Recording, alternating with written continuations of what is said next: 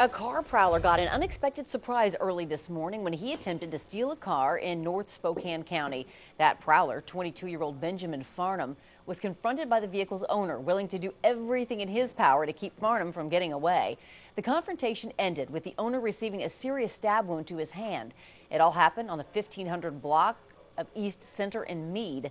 KXLY4's Annie Bishop is live at the Public Safety Building where Farnham is behind bars. Annie? And now that Farnham is in jail, he will have a lot of time thinking about the extraordinary effort it took for one man to put him inside the jail. Now, Bryce, who asked we not use his last name, did everything in his power this morning to make sure that Farnham would not get away with his son's Jeep.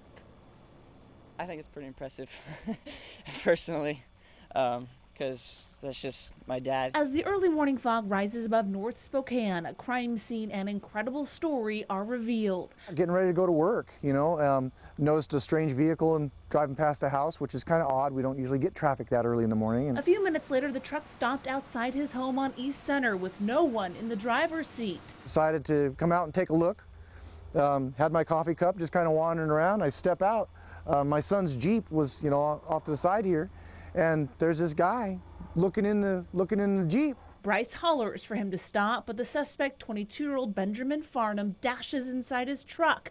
But not so fast. Bryce has other plans. So at that point, I just grabbed hold of his neck and just put him in a chokehold as best I could and just squeezing the snot out of him. And suddenly there's blood everywhere. And apparently he had a knife in the truck or in the console and ran it was like a hunting knife, the fold back thing, just run it right across the top of my hand. Cutting a tendon.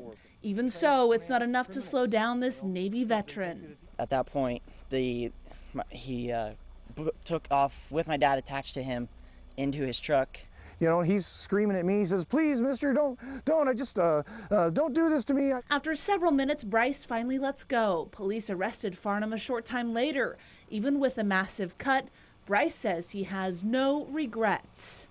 My house, my property, my family, whatever it takes, I'll defend my property.